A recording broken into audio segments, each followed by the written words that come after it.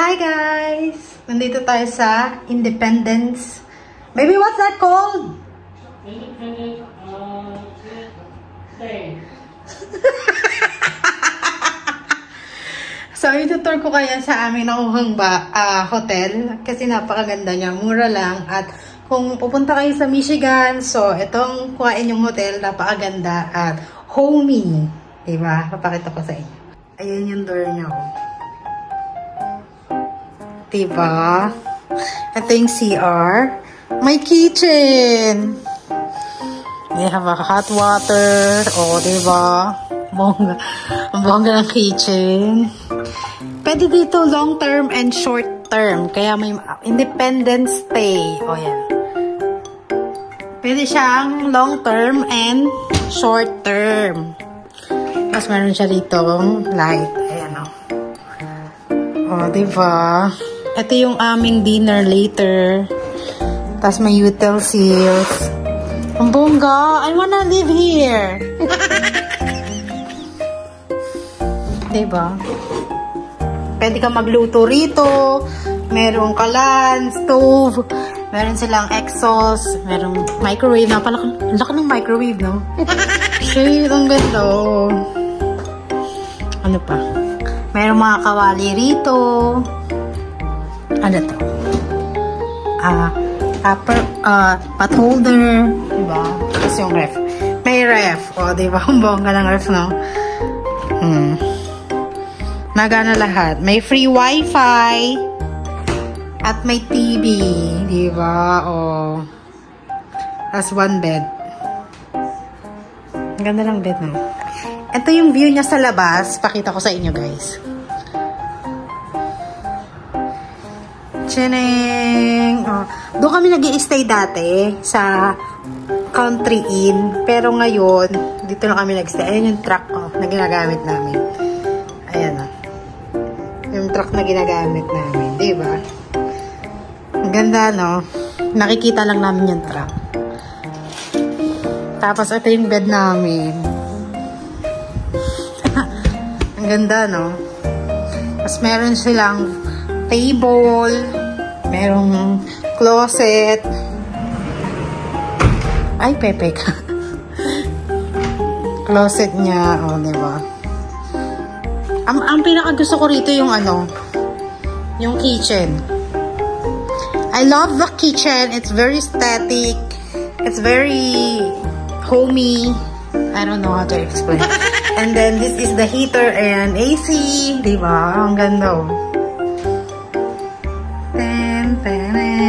Medyo maliit siya dun sa nakuha namin. Pero ito kasi perfect. Pang 2 tao lang kasi ito. Kasi yung kinukuha namin dun sa Country Inn, 2 bed. So ito, 1 bed lang. Pero ang gusto ko rito kasi homey siya. Tsaka may TV. Maganda yung TV niya. Yung table. May table, di ba? At saka ang ano niya, no? Ang ganda ng mga lightning niya, no? Di ba? Tapos may heater pa. Ayan, ang ganda ng bed, ang ganda ng kitchen. Natutuwa ako siya. Natutuwa ako sa kitchen nila. Gusto ko magkaroon ng gantong kitchen sa sa Philippines. Hanggang mo kaya pa ganyan, no? Tapos meron dito kasi nampa yung jacket ko. Ito yung salad. Variety mirror. Diba? Tapos ito mamaya, lalagay ko sa labas. Para walang i-istorbo sa amin. Pakita ko sa inyo yung labas. Okay?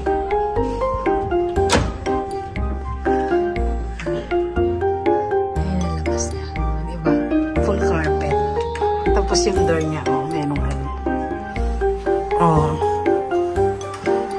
Diba?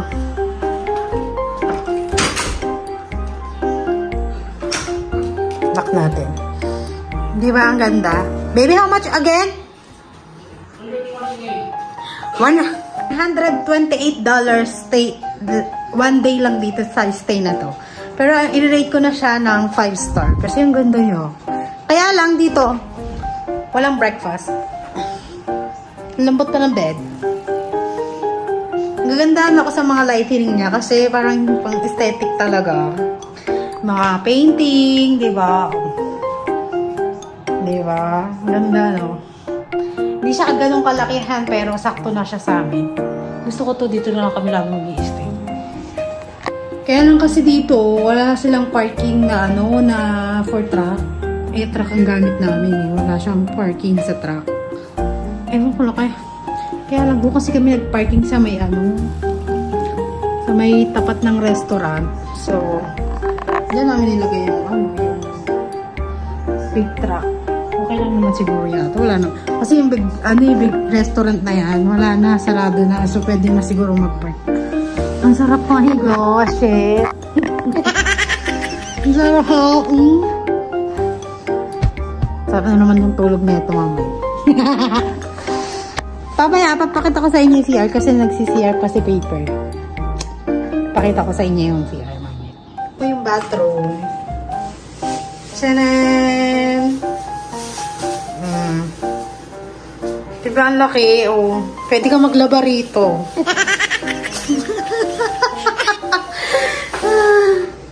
Diba? Ang laki.